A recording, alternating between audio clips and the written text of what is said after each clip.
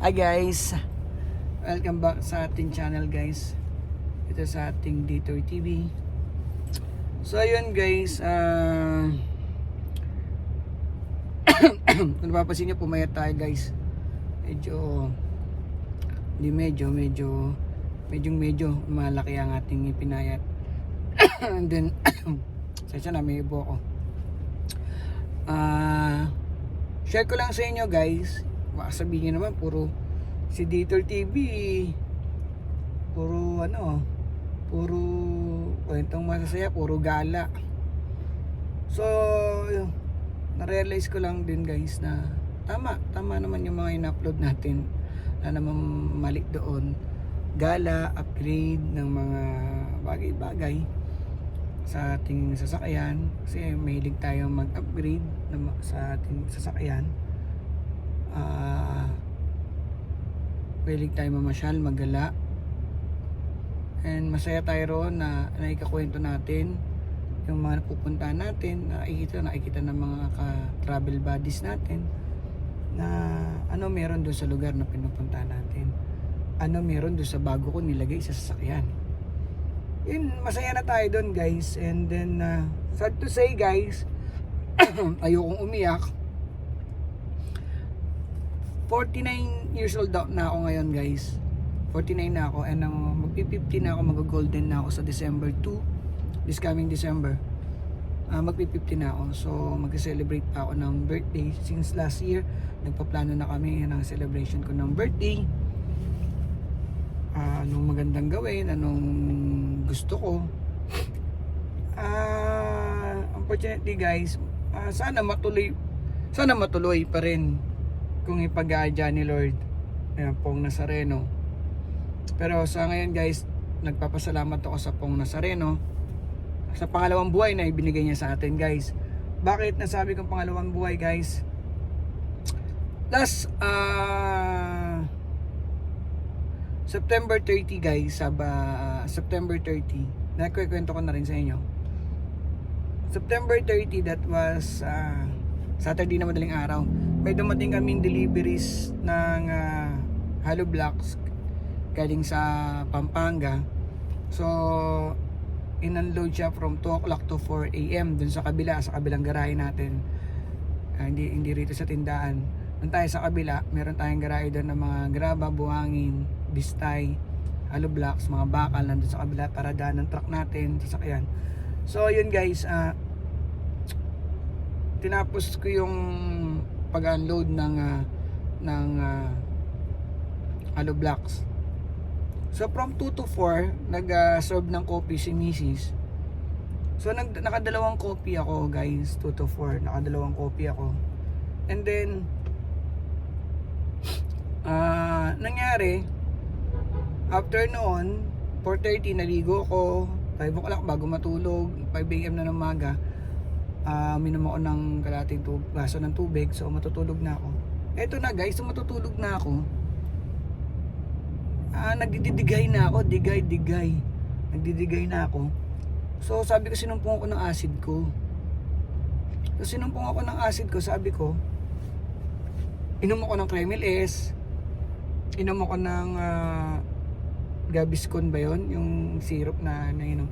Kasi akala ko sinumpong na naman ako ng acid ko, which is nangyayari sa akin yun guys eh.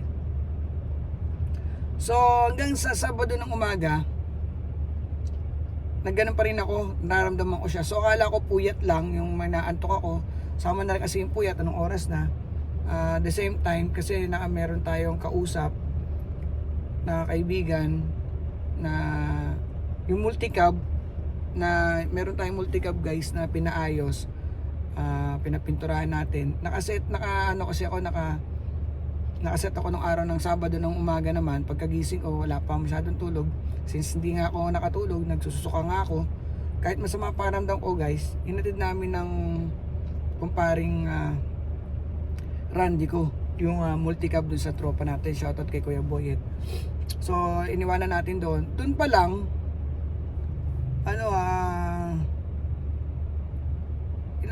nandun ako sa shop, nagdidigay pa rin ako, then sumasakit pa rin yung itong dibdib ko, itong tiyan ko sa ibabaw going dito sa dibdib. So tiniis ko lang.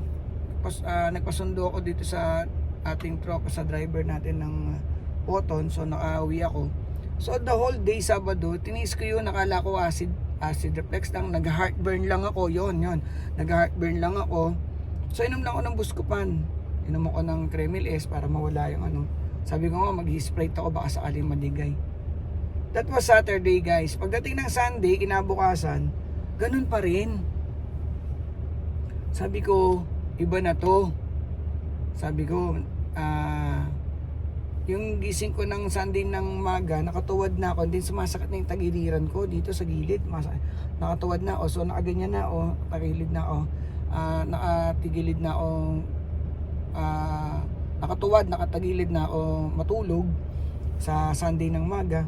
Nasa dumating daw, ganun pa rin, nagiinom ako nung iniinom ko usual na gamot. Kala ko, which is yun lang, mawawala. Hanggang sa dumating na ng Sunday night guys, alam mo yung feeling na hinang-hina na ako guys, na umakain ako. Hindi na ako kasi makain Sabado Linggo, hindi na ako makain nung gabi. So no Sunday na yun, hinang-hina na ako sa lamesa.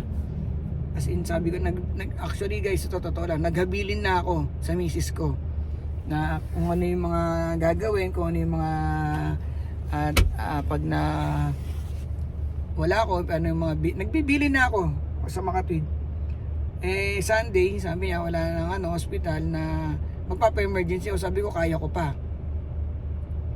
So nangyari, Monday na guys. Monday mga after lunch na. Monday after lunch pa guys Pero yun. Nagpa-check up ako sa doktor. And then, nung ini-CG ako, buti daw ini-CG ako. Aba guys, si doktor, alam mo ito ang pangalan ni doktor? Napatay siya sa upuan niya. Nagulat siya sa ECG ko. Daw ang taas ng heartbeat ko. Ganun. Sabi niya, Daddy, sorry, sad to say, Mommy, Daddy, direct na si Daddy ng admission. Punta na po kayo sa hospital, punta na kayo Gento, punta kayo sa Lasal, punta na kayo dito sa South Imus, kayo na po bala. So namili kami, pumunta kami sa South Imus kasi ang alam ko, mahal sa Lasal. Namimili pa lang kami, alam na namin na mahal sa Lasal, Lasal Dasma. So eto na guys, pa South Imus kami. Pagdating doon guys, grabe. Bumaba yung heartbeat ko, nag 50-50 ako. Sabi ko, bakit ganun? Nataranta sila. Kasi nakagano lang ako, ang daming in-injection sa mga gamot May nakakabit sa akin dito, kaliwat kanan, may mga dito. Nagyan pa ako ng oxygen, nagtaka pa din ako kasi. To tell you honestly guys, sa tanan ng buhay ko, 49 years old na ako ngayon, first time ko hospital. So takot ako sa injection, takot ako whatsoever, maraming ininom na gamot, ayoko nun. Ganon, takot ako nun. So first time ko hospital, kasi sa hospital sa emergency room nanginginig ako. Relax lang Daddy, ganito ganon. Hinga mo lalim, tutusok ko na to Daddy. Mga ganon, yung sinasabihan nila ako. Kasi pasensya na, sabi ko, first time ko hospital. So yun, nangihina ako. 3 beses akong in-injectionan para sa puso na lumakas yung heartbeat ko. Kasi nag 50-50 nga ako. Kung naging 5 na tusok yun sa heartbeat ko, pwede na ako mamatay. Mag-bye-bye na ako to the world. Bye-bye guys. Parang ganon. So pinag-adya, malakas tayo kay Pong Nazareno. Thank you po Pong Nazareno. Salamat po. Hindi niyo po pinabayaan. Binigay niyo pa po ako ng isa pang pagkakataon mabuhay. Yun guys.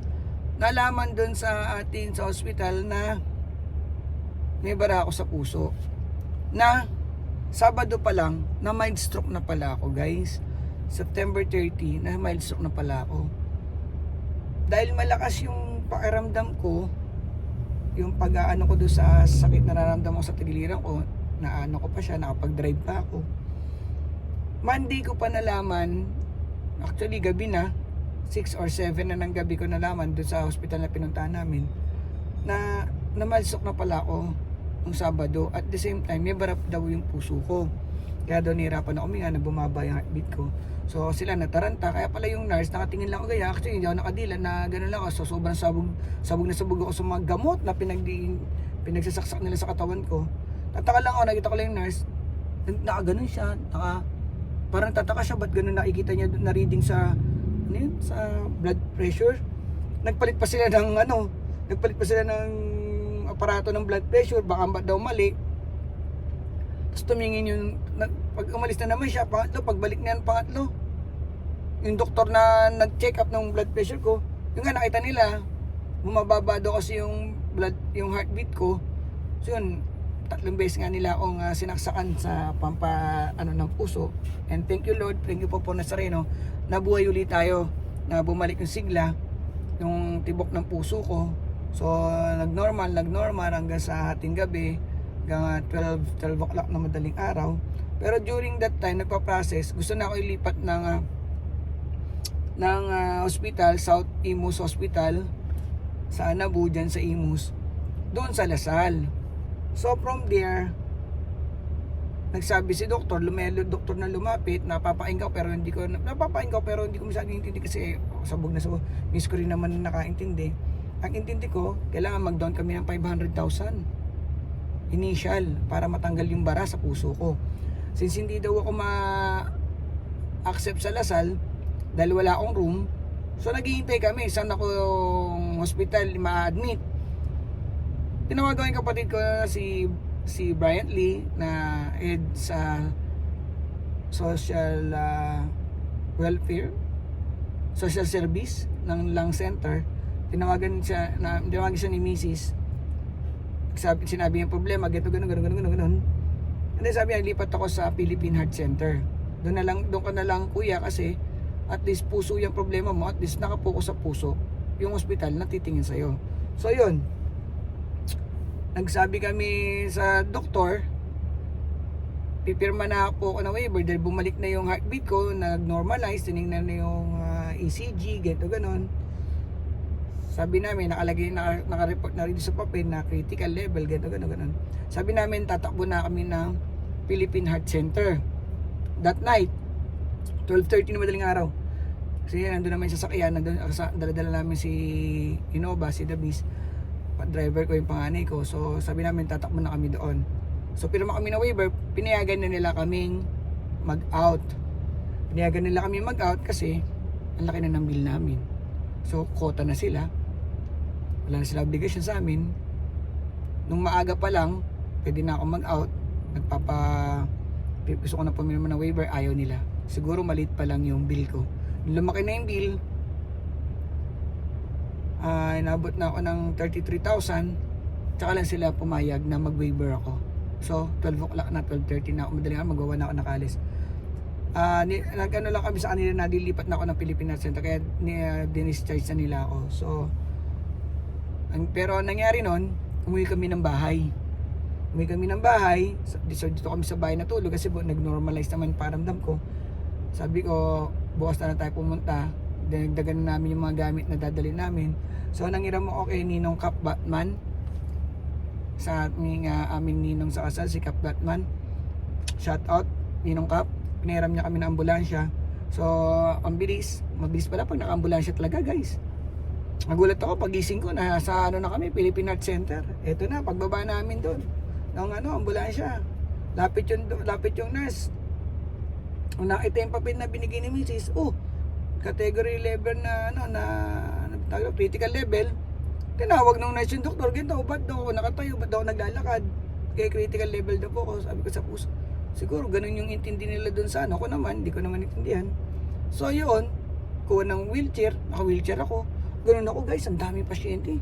Malakas pa ako, nung nakita ko na yung mga pasyente, nanghina na rin ako. Ganun na rin ako. Baka sabihin, parang wala namang sakit to. Lakas-lakas. So, nakihina na rin ako. So na-ECG ako. Nilagyan ako rito ng tusok.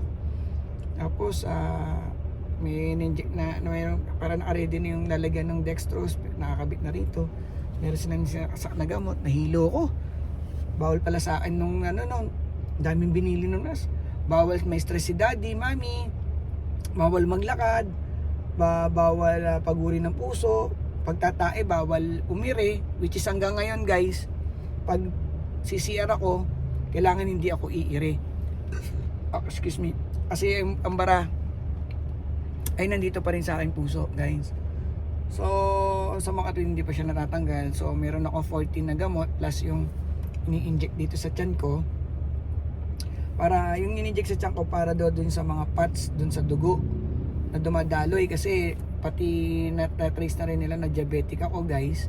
So kailangan na ano ba yun, malabnaw ba yun? Yung dugo na dumadaloy, kasi nga yung bara sa dibdib ko, sumasakit yung dibdib ko hanggang ngayon. Hindi pa natatanggal. So tinitingnan ng doktor, buti na rin din guys, ito na yung kwento. Buti na rin guys, hindi ako daw nagpa-opera that night, ng Monday night. Gusto mangyari nung isang doktor na lumapit sa amin, tatanggapin niya ako sa Lasal, papagamit niya yung room na gagamitin dapat ng isang pasyente niya na hindi pa naman magpapa-opera. Gagamitin ko that night, then para matransfer ako sa Lasal, which is ang ambulansya guys nakakalula. Sinisingil ako ng 30,000 sa ambulansya. Kailangan daw kasi from Anabu Imus lang going to Lasal Dasma. Saglit lang yun, napakalapit lang ng guys, 30,000 na. And then kailangan may doktor daw, tsaka may nurse. Sabi ko, ganun ba ako ka-critical? Pero di ko naman nararamdaman. So yun guys, medyo sumasakit din kay liran ko. Actually bawal ako magkakwento ng mahaba eh. So yun guys, so mga hindi namin nga kinuha yung ambulansya. Once ang mag-aatid, sabi namin na i-discharge lang ako. So kinabukasan Martes, punta na kami ng morning sa so na-admit tayo dun sa Philippine Heart Center ng 1 night and 2 days. So awan ng Diyos, 2D echo ko, na ECG ako, ECG, tapos nabukasan na fasting, kuha na naman ng mga dugo 2 beses, ganito gano'n. Tapos gutom na ako, wala pa akong kain. Sabi ko pa pwede na kumain. Yung nurse naman napakabait, pwede na pala akong kumain, hindi pa sinabi. Yung pangalawang kuha ng dugo, pwede na pala ako kumain. Nagtanong pa ako 9 o'clock, pwede na pala ako kumain. Busy, sobrang busy nila, nakalimutan nila pakainin ng pasyente. So yun guys, so kumain na ako. Then tinudi-echo din ako nung morning na yon. Tapos nandun si doktor, kalimutan ko, shoutout doktor, thank you. Nandun si doktor, tawag ni Mrs. Idol Koreano daw, para Koreano daw pumorma si doktor, pero Pilipino siya. So yun, sabi niya okay naman daw yung 2D echo ko, pwede na ako ma-discharge. So yun, inayos na yung mga papel para ma-discharge ako. And then guys, wala naman sinabi yung doktor kung ano mga bawal. Sinabi lang nung nurse dumating, wala na kasi si doktor, siguro busy. Yung nurse dumating, kaibigan, shoutout to sa isang nurse na nagpa-picture dahil kaya kakilala niya si kapatid ko, si Brian, galing din siya Lung Center. Nag-picture taking kami, naka-dextrose pa ako, nakakatuwa, para lang sabihin na na-meet niya yung kapatid ako, na-meet niya ako. Sinabi niya sa kapatid ko, sinend niya sa messenger. Shoutout sa'yo, nakalimutan ko pangalan mo. And ayun, na-discharge tayo. And then sinabi na ng nurse na itong gamot 10 iinumin, bla bla bla, para dito, ito twice a day, AM, PM, may afternoon. So yun guys, tapos bukod pa doon, 5 araw pa akong tutusukan sa tiyan. So naganap ako ng mag-i-inject sa tiyan ko, worth 2,200 yung isang gamot na yun guys. Tinutusok dito, pag tinusok ka dito sa kanan, bukas sa kaliwa, kinabukasan sa kanan, kinabukasan sa kaliwa. So tinusukan ako 5 beses habang nandito na ako sa bahay, bukod dun sa 10 gamot na ininom ko. So yun guys, bumalik ako nito isang araw, ito lang, bumalik ulit ako sa hospital kasi masakit talaga yung tagiliran ko. So yung 10 gamot ko guys, naging 14. Binigyan lang ako ng, sabi ko kasi naka-schedule na ako for angiogram. Pag gusto ko na magpa-angiogram do, kasi sumasakit yung ganito ganon. Ngayon, kung kailangan mag-angioplasty na 200 ang angiogram, 300,000 ang angioplasty. Sabi ko ready na po ako, ganito ganon, para mawala sa sakit. Aba, okay naman daw ako, ganito ganon, findings, kasi chinek up ulit ako. Binigyan lang ako ng pain reliever dito sa dibdib. Tapos yung sabi ko kasi, Dok, itong tiyan ko parang bloated lagi pag uminom ako ng gamot. Kasi ang tigas niya. Then konting inom ko lang na, konting kain ko. Actually guys, konting lang kinakain ko, kaya payat na payat ako ngayon. Konti lang kinakain ko, pero bloated yung tiyan ko, ang laki. Ngayon yung sa kinain ko yun, nabubusog pa ako. So pag busog ko, ang hininga ko, feeling ko hanggang dito na lang. So nireklamo ko rin nitong isang araw, kahapon ba? O nung isang araw lang, nagreklamo na rin ako na, Friday, today Sunday, nung Friday lang pala, Sunday ngayon, Saturday kapon, no Friday, maghapon ako sa Philippine Heart Center. Pa-check up ako. Yun nga sabi ko, binigyan ako ng para lumambot yung tiyan ko, mautot ako, yung matai ako. So lumambot naman yung tiyan ko. Kaya lang, yung 10 gamot ko, naging 14, nadagdagan pa. Sabi ko, putang ina. Ay, sorry. sorry guys. Napa-PI ako. Nag-alala kasi ako guys, kasi, baka yung kidney ko naman na madali. Grabe. So, sana Lord, wag naman matamaan naman yung kidney ko sa dami ng gamot na iniinom ko. Yun lang. Hanggang ngayon guys, yun ang ating sitwasyon. Bawal pa rin akong, ang dami pa rin bawal sa akin guys. Bawal sa akong maglakad. Tinanong ko na rin nung Friday kay doktor, bawal pa rin akong mag video okay. Maglakad pwede, kung malayo at hinihingal, tigil. Mag video okay, bawal pa rin. Isang kanta lang, hinihingal na ako. Pero ngayon, nakapagkwento ko sa inyo, kasi siguro dahil nakainom na ako ng gamot. Actually, what time na? 4 o'clock na guys, so sobrang dami ng gamot ko. Meron akong before meal, meron 6 sa umaga, tatlo na kanina, tapos ngayon kainin ko lang kanina, 3. Meron akong noon time, 4 o'clock na hindi ko pa nainom kasi nilagay ko ng interval guys. Tapos mamayang gabi, basta kailangan within the day, mainom ko siya. Nilagay ko lang before meal, AM, noon, PM, ganon. So may mga ganon, naka-schedule ni Mrs. yung mga gamot ko. Merong AM, may PM, nandun na. Ito yung iinumin mo tanghali, umaga, before meal, umaga, tanghali, gabi. Ito na, nakaset up na. So yung pang noon ko, 4 o'clock na, ngayon ko palang iinumin. Pagkatapos ng video na to. Medyo sumasakit din yan, dibdib ko guys. So yun guys, in-update ko lang kayo sa ating nararamdaman ngayon. May bara ang ating puso at schedule for angiogram pa ako and angioplasty. Sinusubukan, sabi ni doktor, inumin ko muna yung gamot and baka matunaw at mawala na yung bara. Sabi ko nga kay doktor nung Friday, kung nandun pa rin yung bara, sasabihin natin iinom ako na lang gamot para sabi ko magpapa-angioplasty na po ako para totally matanggal po yung bara. Para malaman para mas maganda kung ano po yung kailangan angioplasty para matanggal yung bara o whatsoever, para hindi ko na maramdaman tong sakit. At the same time, ayoko na uminom naman namin gamot guys, kasi baka tirahin naman yung kidney natin. Ay yung iba, sobrang dami ng gamot. Meron kasi ako isang gamot guys na kidney ang pag lagi ko siyang iniinom, kasi 2 boxes siya, 1,800 na guys sa Mercury. Yung daw gamot na yun ang dapat iwasan ko na inumin, kasi yun ang isa sa mga tumatama sa kidney. Isang dahilan para so matamaan yung kidney natin. So parang ayoko na rin inumin yung gamot na yun. So pag hindi naman, baka naman magkaroon ako ng lalo sumama yung pakiramdam ko. Puro lahat ng inom ko para sa puso, may vitamin sa puso, para sa dugo. Lumapot ba yun guys? Para maganda yung flow. Yun sa tiyan, para hindi naman. Dami guys. So yun lang guys ang ating sad news sa ating buhay dito sa lupa. At ako ay nagpapasalamat sa Poong May Kapal, sa Poong Nazareno, kay Mama Mary, kay Santo Niño, sa pahiram na buhay sa akin ngayon. Sana makapag-celebrate pa tayo ng 50th birthday sa December at makwentuhan ko pa rin kayo guys. Wala tayong iwanan guys Please like and subscribe lang tayo dito sa ating YouTube channel para magkaroon tayo lagi ng kwentuhan dito sa ating channel. Okay guys, huwag niyo naman sabihin nagdadrama ako. Gusto ko lang kasi sa inyo share kung ano meron ako karamdaman. Kung anong karamdaman meron ako ngayon, na kahit ganito, masaya pa rin ako nakakausap ko kayo. Okay guys, thank you guys for watching our video today. Thank you, inom po na ang gamot. Bye!